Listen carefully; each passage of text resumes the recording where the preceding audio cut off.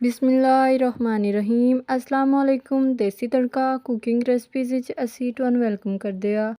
ਅੱਜ ਮੈਂ ਤੁਹਾਡੇ ਨਾਲ ਬਰਫੀ ਬਣਾਉਣ ਦੀ ਰੈਸਪੀ ਲੈ ਕੇ ਆਈ ਹਾਂ, ਜਿਹਨੂੰ ਤੁਸੀਂ ਆਪਣੇ ਘਰ ਵਿੱਚ ਆਸਾਨੀ ਦੇ ਨਾਲ ਬਣਾ ਕੇ ਤਿਆਰ ਕਰ ਸਕਦੇ ਜੇ ਤੁਸੀਂ ਮੇਰੇ ਚੈਨਲ ਦੇਸੀ ਤੜਕਾ ਕੁਕਿੰਗ ਰੈਸਪੀਜ਼ ਤੇ ਨਵੇਂ ਜੇ ਤੇ ਇਹਨੂੰ ਜਲਦੀ ਨਾਲ ਸਬਸਕ੍ਰਾਈਬ ਕਰ ਦੇਵੋ ਤੇ ਹਰ ਕਿਤੇ ਨਹੀਂ ਅਪਲੋਡ ਵੀਡੀਓ ਨੂੰ ਪੂਰਾ ਐਂਡ ਤੱਕ ਦੇਖਿਆ ਕਰੋ। ਵੀਡੀਓ ਨੂੰ ਲਾਈਕ ਕੀਤਾ ਕਰੋ ਤੇ ਵੀਡੀਓ ਨੂੰ ਸ਼ੇਅਰ ਕੀਤਾ ਕਰੋ ਤਾਂ ਕਿ ਤੁਹਾਡੇ ਤੇ ਹਰ ਆਉਣ ਵਾਲੀ ਵੀਡੀਓ ਸਭ ਤੋਂ ਪਹਿਲਾਂ ਪਹੁੰਚ ਜਾਵੇ। ਇਹਦੇ ਨਾਲ ਹੀ ਇੱਥੇ ਹੁਣ ਮੈਂ ਰੈਸਪੀ ਨੂੰ ਬਣਾਉਣਾ ਸਟਾਰਟ ਕਰਦੀ ਹਾਂ। ਸਭ ਤੋਂ ਪਹਿਲੇ ਕੜਾਈ ਲਈ ਹੈ, ਜਿਹਨੂੰ ਚੁੱਲ੍ਹੇ ਤੇ ਰੱਖਿਆ। ਅੱਗ ਮੈਂ ਹਲਕੀ ਜੀ ਕਰ ਲਈ ਸੀ। ਇਸ ਤੋਂ ਬਾਅਦ ਇਹਦੇ 2 ਗਲਾਸ ਮੈਂ ਦੁੱਧ ਦੇ ਡਾਲੇ।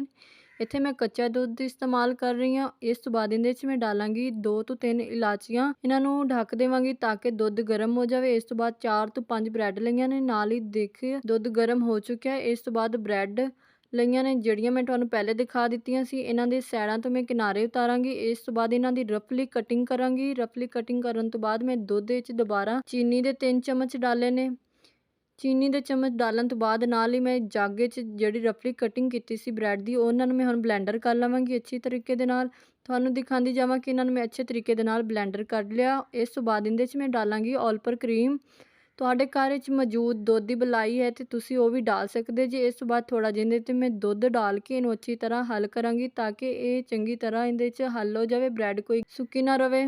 ਦੁੱਧ ਨੂੰ ਉਬਲਦੇ ਹੋਏ 5 ਤੋਂ 10 ਮਿੰਟ ਹੋ ਚੁੱਕੇ ਸੀ। ਇਸ ਤੋਂ ਬਾਅਦ ਜਿਹੜੇ ਆਪਾਂ ਬ੍ਰੈਡ ਬਣਾ ਕੇ ਤਿਆਰ ਕੀਤੀਆਂ ਕਰੀਮ ਲਗਾ ਕੇ, ਉਹ ਹੁਣ ਇਹਦੇ 'ਚ ਡਾਲ ਕੇ ਇਹਨਾਂ ਨੂੰ ਮੈਂ ਅੱਛੀ ਤਰ੍ਹਾਂ ਹੱਲ ਕਰ ਲਵਾਂਗੀ। ਇਸੇ ਤਰ੍ਹਾਂ ਹੁਣ ਮੈਨੂੰ ਹਲਕੀ ਜਿਹੀ ਅੱਗ ਕਰਕੇ ਪਕਾਵਾਂਗੀ ਤਾਂ ਕਿ ਚੰਗੀ ਤਰ੍ਹਾਂ ਗਾੜਾ ਹੋ ਜਾਵੇ। ਇੰਨਾ ਵੀ ਇਹਨੂੰ ਜ਼ਿਆਦਾ ਗਾੜਾ ਨਹੀਂ ਕਰਨਾ। ਮਜ਼ੀਦ ਹੋਰ 2 ਮਿੰਟ ਤੱਕ ਮੈਂ ਇਹਨੂੰ ਇਸੇ ਤਰ੍ਹਾਂ ਪਕਾਉਂਦੇ ਹੋਏ ਤੁਹਾਨੂੰ ਦਿਖਾਉਂਦੀ ਜਾਵਾਂ ਕਿ ਬਿਲਕੁਲ ਇਸੇ ਤਰ੍ਹਾਂ ਤੁਸੀਂ ਸੇਮ ਕੰਡੀਸ਼ਨ ਵਿੱਚ ਲਿਆ ਕੇ ਚੁੱਲ੍ਹਾ ਬੰਦ ਕਰ ਦੇਣਾ ਕਿ ਇਹ ਕੜਾਹੀ ਦੇ ਨਾਲ ਸਾਈਡ 'ਤੇ ਹੋ ਜਾਵੇ, ਕੜਾਹੀ ਦੇ ਨਾਲ ਚਿਮੜਨਾ ਬੰਦ ਹੋ ਜਾਵੇ। ਇਸ ਤੋਂ ਬਾਅਦ ਇਹਨੂੰ ਮੈਂ ਇੱਕ ਡੱਬਾ ਲਿਆ, ਜਿਹਨੂੰ ਮੈਂ ਅੱਛੀ ਤਰ੍ਹਾਂ ਗਰੀਸ ਕਰ ਲਿਆ ਸੀ। ਇਸ ਤੋਂ ਬਾਅਦ ਇਹਨੂੰ ਮੈਂ ਠੰਡਾ ਕਰ ਲਿਆ ਸੀ। ਜਿਹੜੇ ਆਪਾਂ ਬ੍ਰੈਡ ਵਾਲਾ ਮਿਕਸਚਰ ਬਣਾ ਕੇ ਤਿਆਰ ਕੀਤਾ ਸੀ, ਇਹਨੂੰ ਮੈਂ ਡੱਬੇ ਦੇ ਵਿੱਚ ਅੱਛੀ ਤਰ੍ਹਾਂ ਡਾਲ ਦਿੱਤਾ। ਇਸ ਤੋਂ ਬਾਅਦ ਇਹਦੇ ਵਿੱਚ ਮੈਂ ਕੁਝ ਡਰਾਈ ਫਰੂਟ ਲਗਾਏ ਨੇ। ਤੁਹਾਡੇ ਕੋਲ ਜਿਹੜੇ ਵੀ ਆ ਤੁਸੀਂ ਉਹ ਲਗਾ ਸਕਦੇ ਜੀ। ਇਸ ਤੋਂ ਬਾਅਦ ਮੈਂ ਇਹਨੂੰ 4 ਘੰਟੇ ਵਾਸਤੇ ਫਰੀਜ਼ ਕਰ ਲਵਾਂਗੀ।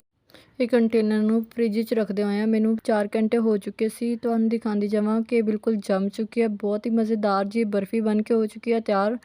ਤਾਂ ਹੁਣ ਮੈਨੂੰ ਇੱਥੇ ਕਟਰ ਦੀ ਮਦਦ ਨਾਲ ਕੱਟ ਕੇ ਇਹਦੇ ਛੋਟੇ ਛੋਟੇ ਪੀਸ ਬਣਾ ਕੇ ਵੀ ਤੁਹਾਨੂੰ ਦਿਖਾਵਾਂਗੀ ਕਿ ਇਹ ਕਿੰਨੀ ਮਜ਼ੇਦਾਰ ਜੀ ਬਰਫੀ ਮੈਂ ਬਣਾ ਕੇ ਤਿਆਰ ਕੀਤੀ ਆ। ਤੁਸੀਂ ਵੀ ਇਸੇ ਤਰ੍ਹਾਂ ਇਸ ਰੈਸਪੀ ਨੂੰ ਜ਼ਰੂਰ ਟਰਾਈ ਕਰਨਾ। ਮੈਨੂੰ ਵੀ ਕਮੈਂਟ ਸੈਕਸ਼ਨ ਵਿੱਚ ਜ਼ਰੂਰ ਦੱਸਣਾ ਕਿ ਇਹ ਰੈਸਪੀ ਕਿੰਜ ਦੀ ਬਣ ਕੇ ਤਿਆਰ ਹੋਈ ਆ। ਤੁਸੀਂ ਦੇਖ ਰਹੇ ਹੋ ਕਿ ਕਿੰਨੀ ਮਜ਼ੇਦਾਰ ਜੀ ਇਹ ਬਰਫੀ ਬਣ ਕੇ ਤਿਆਰ ਹੋ ਚੁੱਕੀ ਆ। ਤੁਹਾਨੂੰ ਮੈਂ ਦੱਸ ਨਹੀਂ ਸਕਦੀ ਕਿ ਕਿੰਨੀ ਮਜ਼ੇਦਾਰ ਜੀ ਬਰਫੀ ਤੇ ਕਿੰਨੀ ਬਾਲਾ ਸਵਾਦ ਦੀ ਮੈਂ ਰੈਸਪੀ ਬਰਫੀ ਵਾਲੀ ਬਣਾ ਕੇ ਤਿਆਰ ਕੀਤੀ ਆ। ਤੁਸੀਂ ਵੀ ਇੱਕ ਵਾਰੀ ਇਸ ਰੈਸਪੀ ਨੂੰ ਜ਼ਰੂਰ ਟਰਾਈ ਕਰਨਾ। ਮੈਨੂੰ ਵੀ ਕਮੈਂਟ ਸੈਕਸ਼ਨ ਵਿੱਚ ਜ਼ਰੂਰ ਦੱਸਣਾ ਕਿ ਰੈਸਪੀ ਕਿੰਜ ਦੀ ਬਣ ਕੇ ਤਿਆਰ ਹੋਈ ਆ। ਹਰ ਕੀਤੀ ਨਹੀਂ ਅਪਲੋਡ ਵੀਡੀਓ ਨੂੰ ਪੂਰਾ ਐਂਡ ਤੱਕ ਦੇਖਿਆ ਕਰੋ। ਵੀਡੀਓ ਨੂੰ ਲਾਈਕ ਕੀਤਾ ਕਰੋ ਤੇ ਮੇਰੇ ਚੈਨਲ ਦੇਸੀ ਤੜਕਾ ਕੁਕਿੰਗ ਰੈਸਪੀਜ਼ ਨੂੰ ਸਬਸਕ੍ਰਾਈਬ ਕੀਤਾ ਕਰੋ ਤੇ ਇਹਨੂੰ ਸ਼ੇਅਰ ਕਰਨਾ ਵੀ ਨਾ ਭੁੱਲਿਆ ਕਰੋ।